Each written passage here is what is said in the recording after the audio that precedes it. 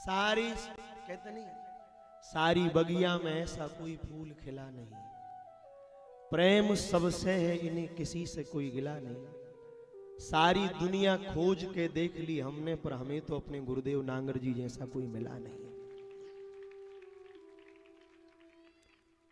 आपको आज हम ये बात कह रहे, पूज्य गुरुदेव का जन्म पवित्र नांगर वंश में हुआ और वो श्री नरसिंह मेहता के वंशज महाराज। हम क्षमा पूर्वक ये बात कह रहे, हमारे गुरुदेव प्रचार में भरोसा नहीं करते, हमारे गुरुदेव छपने में भरोसा नहीं करते, हमारे गुरुदेव तो छिपने में भरोसा करते।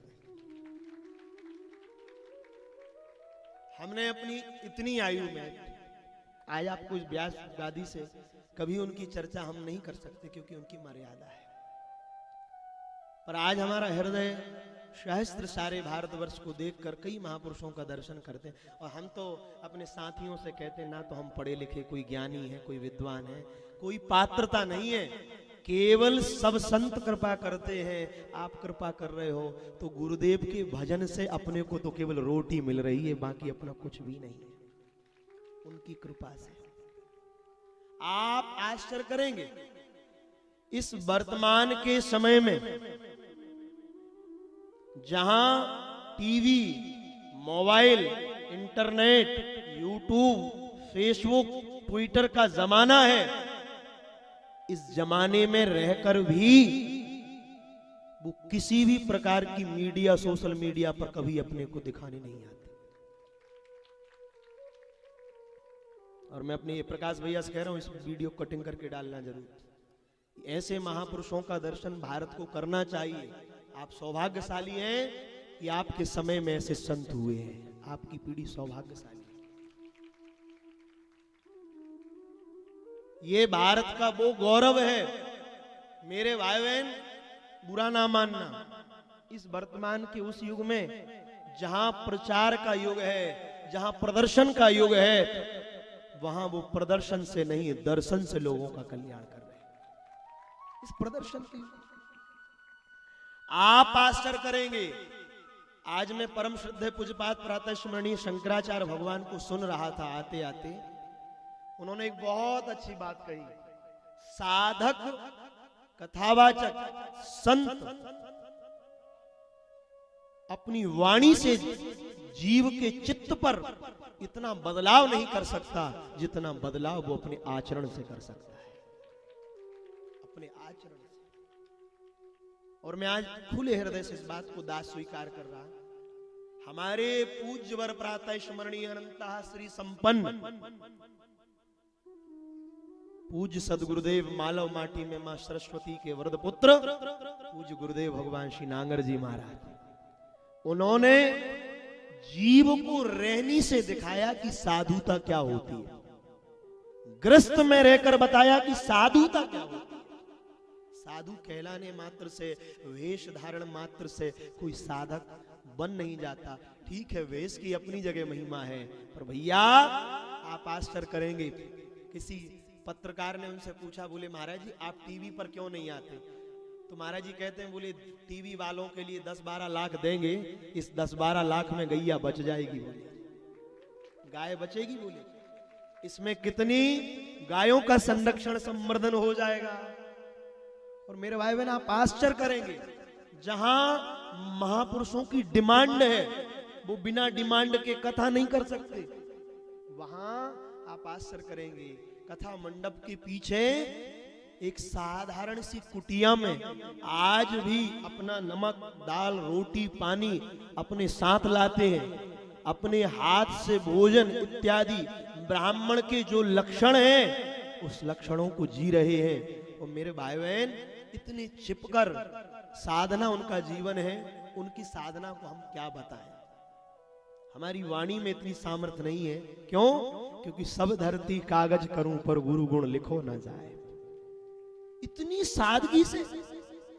सादगी से कोई छिपकर इतना कर सकता है, वो भी इस वर्तमान के समय में। कृपानाथ छिपकर साधारण से उसमें विराजमान होकर उनकी तपस्या के द्वारा जब वो लाखों लाख श्रोताओं को जगाते हैं, तो श्रोता भी सुनता है तो अपने आप के हृदय को से देखता है कि मैंने कुछ सुना है।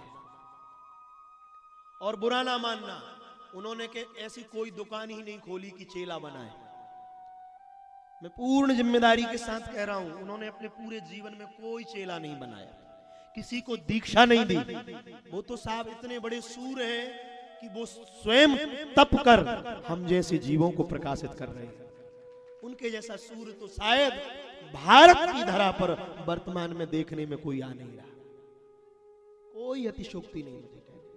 छिपकर हजारों नहीं लाखों गोवंश का संरक्षण संवर्धन करने वाले पूज्य सदगुरुदेव श्री नांगर जी के चरणों में हम बार बार प्रणाम कर रहे हैं। हे गुरुदेव, हम जीवन तक आपकी महिमा को गाते रहें, आपको ध्याते रहें, और हम सौभाग्यशाली हैं कि हमें आपकी कृपा का प्रसाद मिला। और सच बताएं, हमने उनके जैसा कोई देखा नहीं। हम तो अपनी कहते भैया, हम किसी की नहीं कहते। उनके जैसा ना तो कोई है और शायद हमने सुना ना तो कोई होगा ऐसा। कितना भ्रमण करके देखा, कितना देखा। मैं कल हमारे महाराज जी से कह रहा था, महाराज जी हमने महापुरुष तो बहुत देखे, पर साधुता तो केवल एक ही देखी भारत में घूमकर, वो है नांगर जी महाराज। मैं पूर्ण जिम्मेदारी से कहता हूँ, पूरी जिम्मेदारी से व्यासपीठ से कहता हूँ, साधु तो। और मैं आपको निवेदन करूं, आप जरूर ऐसे महापुरुष का दर्शन करिए। जिनने करे हैं वो सौभाग्यशाली है, और नहीं तो जरूर करिए। और इस समय में इस वातावरण से जो बच गया वो नर नहीं हो सकता। वो नर रूप में साक्षात नारायण ही विचरण कर रहे हैं। इसलिए हम उन गुरुदेव को वंदन कर रहे हैं जिनका वंश श्री भक्त नरसिंह मेहता का वंशज है। नरसिंह मेहता को तो नहीं देखा, पर गुरुदेव भगवान को देखकर लगता है। हम तो जब महाराज जी के चरणों में बैठते हैं, हमारे गुरुदेव हमसे एक ही बात कहते हैं, हमारी तो वाणी उनके आगे खुलती नहीं। क्यों? क्योंकि भगवान के आगे कभी साधक नहीं बोल सकता।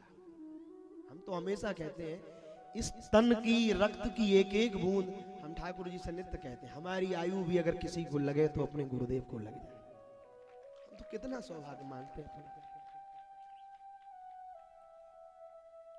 जीवन का सबसे बड़ा सौभाग्य मेरे भाई बहन, अच्छा गुरु मिल जाए, इससे बड़ा कोई उपहार नहीं।